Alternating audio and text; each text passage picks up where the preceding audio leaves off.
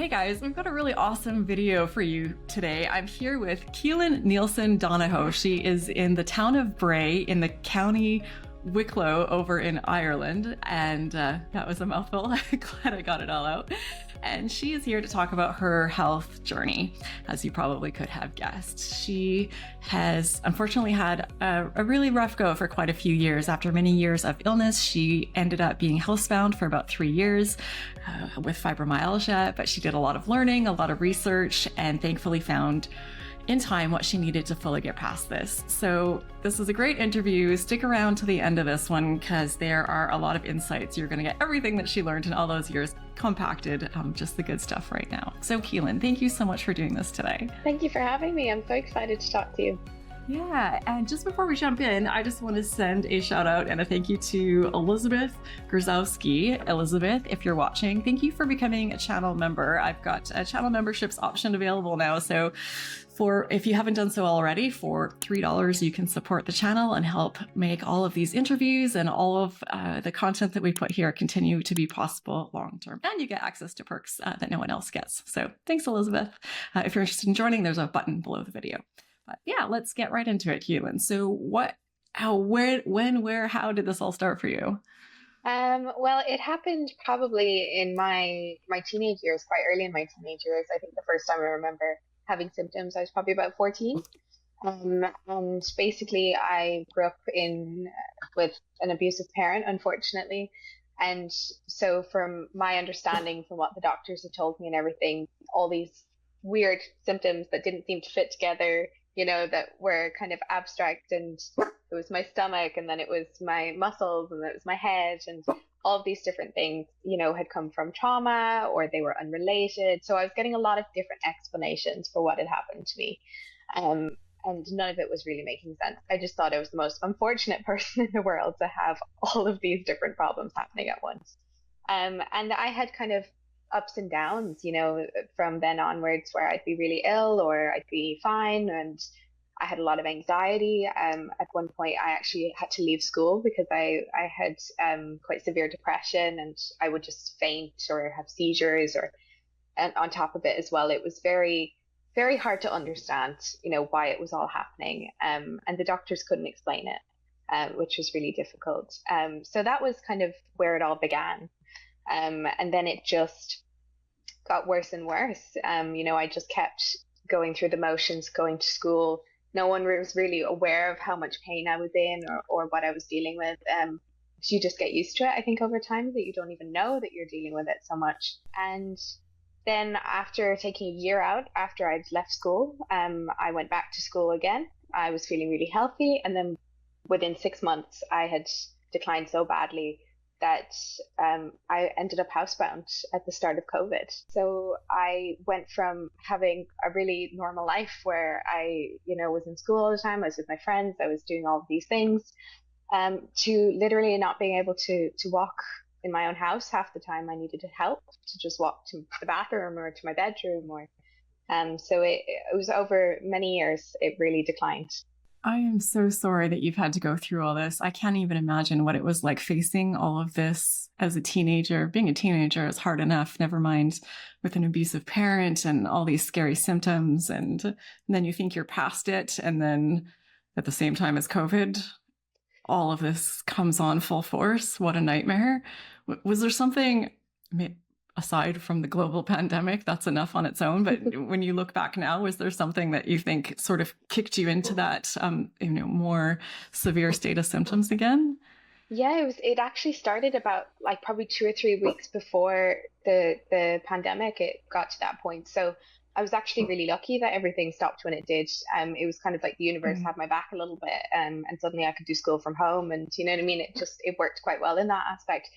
But for me, it was that, when I look back, with the knowledge I have now, I'm able to see that, I kept pushing myself to go down this path that had been set out, with school and with expectations that had been put on me, and it was amazing that in the year that I was off school, when I'd dropped out when I was 16, I became healthy again. And then almost immediately after returning to school, I started to get little things come back up again. And in 6 months, I was really ill. So I think it was my body really just rebelling against being forced into this path that was not good for me. Often schools are not built for everyone. You know what I mean? They're built to sit in a classroom for 8 hours a day and just rote learn things, and it's not interesting and it's not what you want to be doing. And that really, my body was really expressing that to me, that I was not meant to be in that space.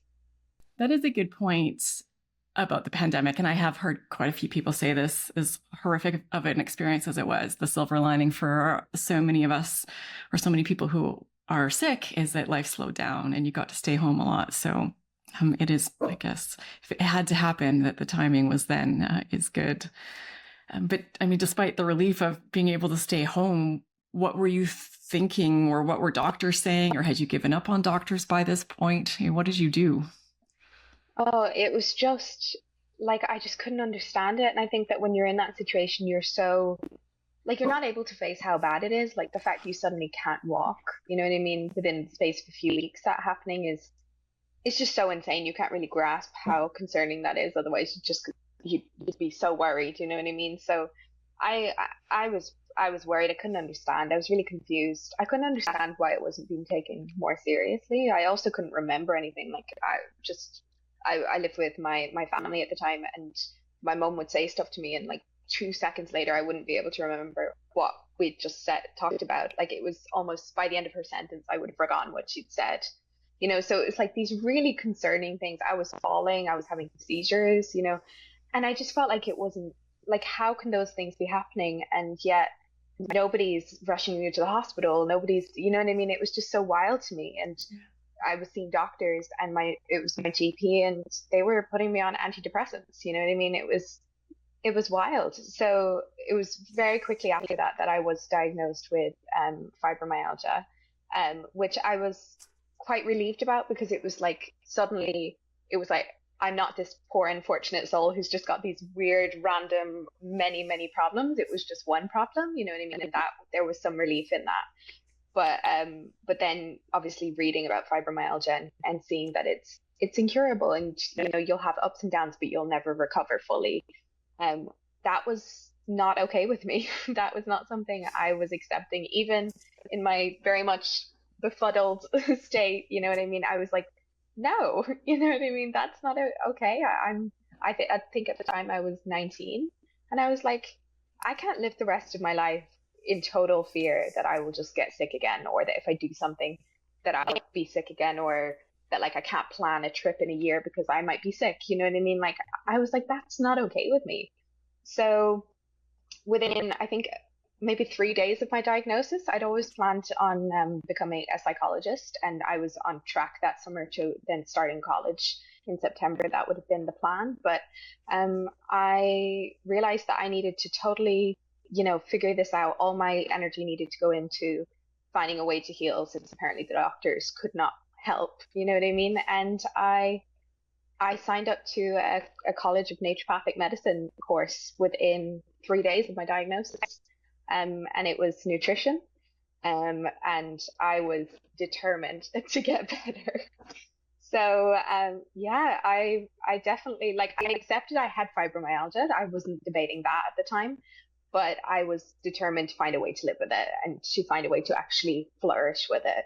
And so I went through this course, and when I wasn't doing my course, like, even if it was 20 minutes during the day that I was mentally able to do it, I was researching. I read every book in the Irish library system, I think, that could possibly relate. I read holistic books. I read books about yoga and nutrition and hormones, and absolutely everything I could find that had any wording about fibromyalgia or muscle pain or anything. I read it, or I researched it. It's amazing what experts we all sort of become after we go through this. Yes. It's a bit insane. Yeah, you really have to be. I did the same. I read hundreds of books on cancer recovery, on anyone recovering from anything. Just how did you do it? Maybe there's something in there. And again, another silver lining is that we come out of this and we know we're so much more informed about how to take care of it. It's a horrible way to get there. I'm sure there are better ways to get there than to go through all this suffering. But I'm also really impressed with how you read or heard, saw that for fibromyalgia, it's just, oh, you've got this for the rest of your life. there's no hope, and you just thought, nope, I don't accept that. And so many of us have that, and I don't know where that comes from. I was the same. I think it's just because believing that the alternative is just unthinkable. Like, I can't live with this prognosis for my life. So I'm either gonna, get past it or die trying. And it's a good thing. It seems to be what drives many of us to keep going, and we find our answers. Absolutely. It's the fighting spirit. You have to have it. Yeah. So you came across, obviously, some things that were really helpful for you, but people always want to know, and I always want to know, what are some of the things that you tried that didn't work? Oh, so many. I can't even think of them all. 99% of the things. I tried supplements. I tried just probably every supplement under the sun. I tried I don't even remember. It was like this mat with pokey things. I don't even know the name of it now, but it was for your muscles and for energizing you. I tried the wildest things. It was absolutely everything. And it just, none of it was working. You know what I mean? I did find that, I started to eat really clean and kind of did this whole gut diet to help me kind of, rebalance my gut, because I did feel there was a lot of issues there. And I also did Reiki, and those two things I found over a long time got me maybe I would say 15-20% better than what I had been. Okay. And now looking back, I understand that the symptoms had done a level of physical damage, and those things I did healed that physical damage, and that is why I did see an improvement. So it was a weird, that's something you should probably do after you've healed the root cause, but I did it first, which was kind of funny. But yeah, it was good to even get 20% of my life back. Yeah, it's bizarre. I've talked about my story so many times, so it helps. I've had a zillion opportunities to remember new things, but it's tough. And when you try so many things and you're in such a rough space, it's like that it all starts to kind of blur together, and you're reserving what little brain power you have for focusing on your recovery, not cataloging all the bizarre stuff that we do. Yeah. So you got a couple things that got you a little bit recovered. How did you get onto the path, or what eventually started really bringing you results? So I think about probably 2.5 years in, I would say I kept saying this to my mom, and it was really weird, but I kept saying there is a puzzle piece I'm missing, and I was so certain of it, and I didn't know how I knew it, but I was like, there is something really big that I am missing that is just going to draw all of this together. And I felt so strongly about it. And I'd been at this for a long time now. So it was really to keep trying something new actually was really heartbreaking, because it was so getting your hopes up and not wanting to get your hopes up and just feeling crushed when it didn't work. So it was really quite heartbreaking to even try anything new at that point. But I kept fighting, and I kept researching, and I came across a Mickel therapy website, and I followed a link to a therapist in England, and he had the greatest reviews, and people that were talking about being so ill with fibromyalgia, and then 6 weeks later being on an airplane to a different country. And me, who was literally unable to walk down the length of my drive outside of my house, I was like, how? You know what I mean? And I was like, it's got to be a scam, you know what I mean? It's got to be something like that. But there was just so many reviews, and I was like, I have to try. I have to talk to him. He offered a free consultation. I was like, I have to try. There is no other option here. I'm so desperate. I just have to give it a go. And if it's a scam, I won't do it. You know what I mean? And in the session, I remember him saying, I had fibromyalgia. And I was like, you had? Past tense? That's not a thing. That's not Right. possible. I was so what do you mean had? You know what I mean? He just kept saying it and moving on. And I was like, I really am so curious about this. And he told me a bit about his own story and about this therapy. And he had basically done Mickel therapy, then grew to become the MindBody Reconnect, which is Claire Caldwell, which she's amazing. She's now developed this from Mickel therapy. And so he had done Mickel therapy with an updated course on the MindBody Reconnect.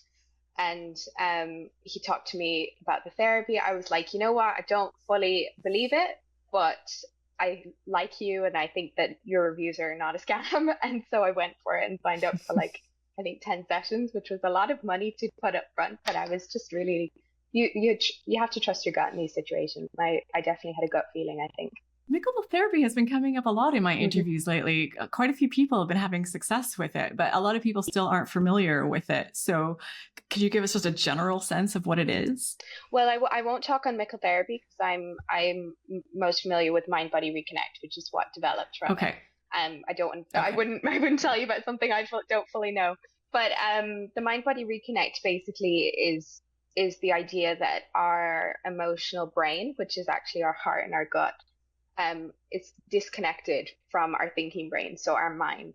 And so we have these emotions that are being brought up, and the emotions are actually really useful forms of information that we need to be using to guide our life because they tell us whether things are good for us or bad for us. But basically, these emotions are coming up and we're just ignoring them because we're like, oh, emotions are bad. We shouldn't listen. You know what I mean? So we're ignoring them totally. And, these emotions are trying to tell us something. So we're not taking an action on them. We're keeping going down the routes of school and things that we shouldn't be doing, you know what I mean, in my case, or we're staying, we're keeping relationships in our lives that are really unhelpful, or, there's unfair treatment or abuse or anything like that. And so we're keeping going down these routes of really like just things that aren't good for us. And so our emotional brain, our heart and our gut starts to communicate with us basically with symptoms. So it talks to us calmly with emotions and then it starts shouting at us with symptoms is the idea. And it's only when we start to rectify these things that we actually connect to our emotions, we listen to them, and we start to take correct actions to start living our lives in a fulfilling and happy way. That then our symptoms are basically no longer necessary. So we hear the emotions, we listen, we take action, and there's no need for symptoms. That was so well explained. I really like the emphasis on the past tense. It's interesting. I couldn't help thinking about my own recovery because ever since I recovered, I started essentially saying I had chronic fatigue syndrome. I no longer have it. And I actually got, not from everybody, but quite a bit of pushback from our community. Like, how do you know? And there is no cure and you can't say that. And I would admit I don't know, but somehow intuitively or whatever, I just felt like this is the vocabulary I have to use. Like I have to move forward like this is in my past, and doing anything else doesn't feel like it's going to be serving my health. So it's just interesting to hear that is coming out of these programs and these techniques that have been so helpful with people. Yeah, it's definitely like it's something I get pushback on as well. The idea that I don't have fibromyalgia anymore is very confronting for people. But Yeah. I have compassion. Like I have a lot of compassion for people because it's so difficult to get your hopes up again, and I think that's why that reaction comes. But I think that people when they're ready for it will, be open to it. And it's just, I have hope for that.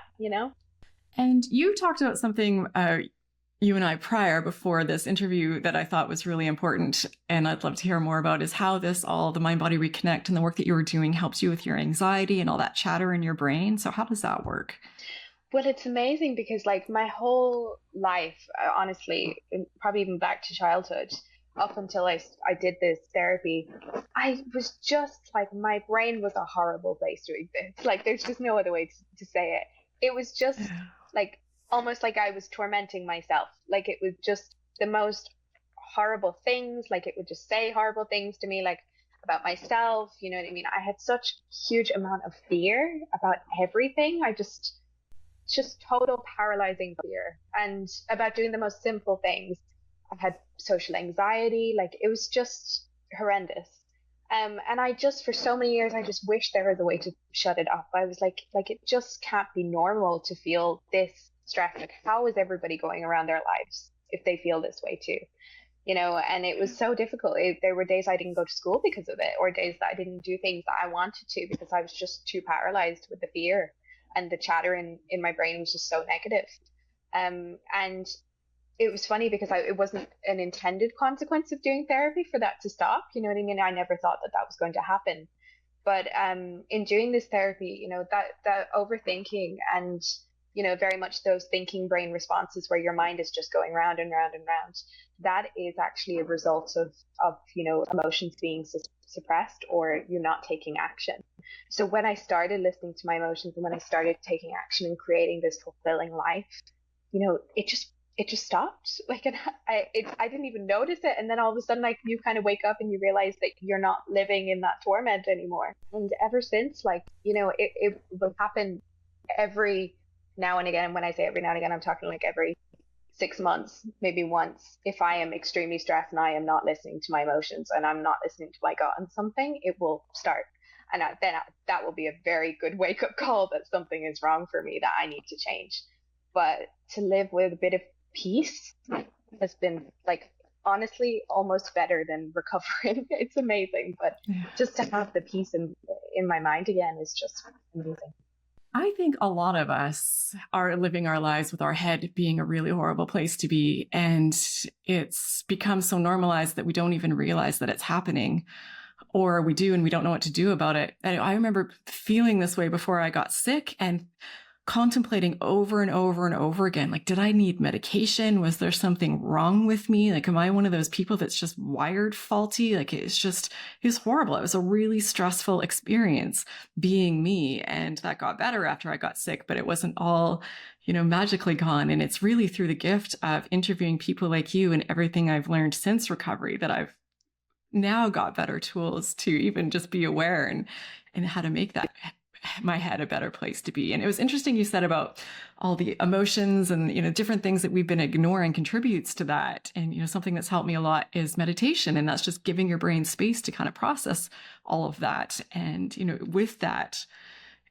gradually it chips away, and your confidence increases and your just sense of self, and things do get better. So anyways, it's horrible that you've had to go through all of this, but how incredible that you've come through this.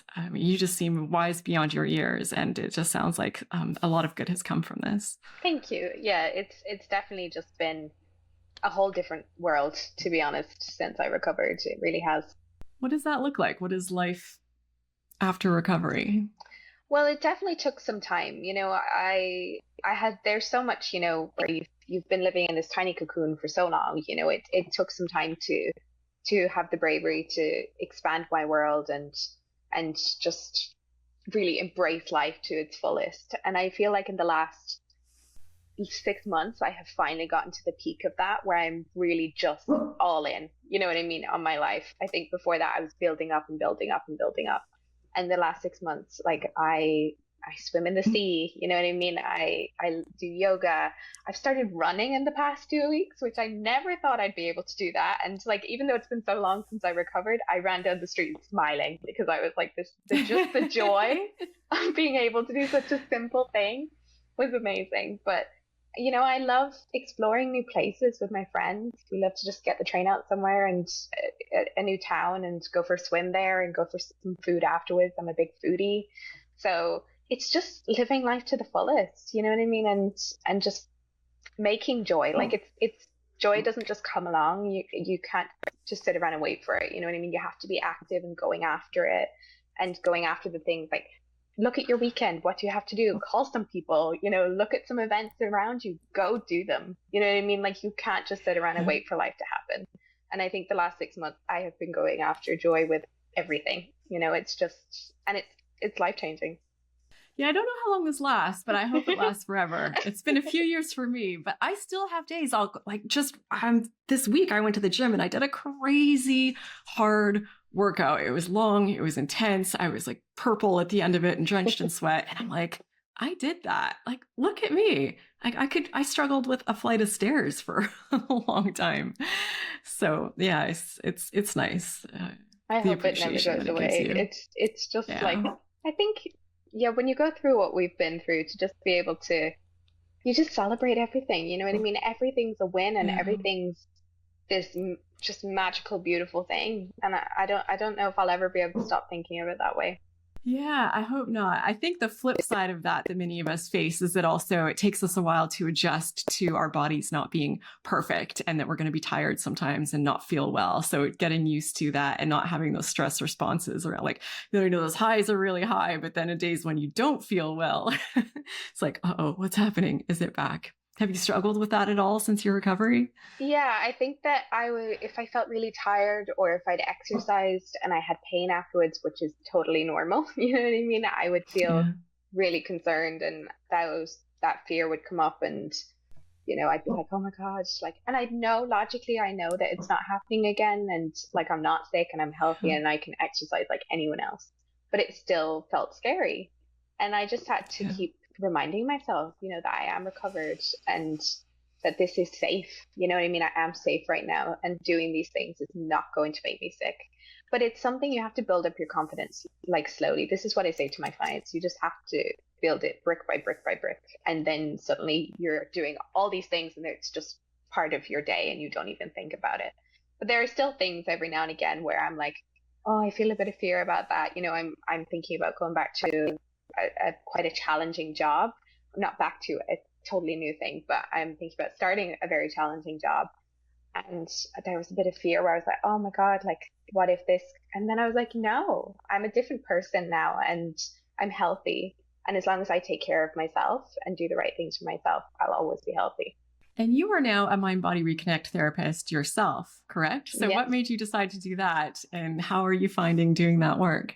Well, I'm a huge nerd. That's kind of what led to my many studies. And I did nutrition for a year, and then I moved into health coaching. So I'm a health coach as well. And then I did the therapy. And before I even finished all of my sessions, I had started the training to become a MindBody Reconnect therapist. I'm just a nerd. I have to understand how everything works. I can't just be on the other side of it. I have to know and do it myself. It's just who I am. And I wanted to help other people get better. The dream was always from the very beginning was when I was looking for all of these, solutions to my own health problems was like thinking in my head, like someday I'm going to do this for someone else. You know what I mean? Like all of this that I've learned, Yeah. I'm going to do it for someone else too. And that's what drove me for those years was just the idea that, this matters and what I went through should be for something.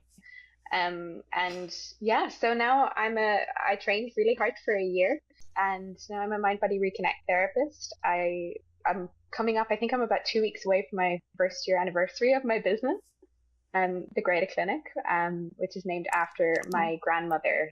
She's Danish, hence the name. But she had a lot of symptoms that were similar to mine throughout her life. And only when I was diagnosed, she realized she might have the exact same thing as me, basically. And she never, got the opportunity to recover in her lifetime. So this is kind of my tribute to her and to people who haven't been able to recover, but looking forward to the future when I can help others to get their life back and they'll go on to help other people. You know what I mean?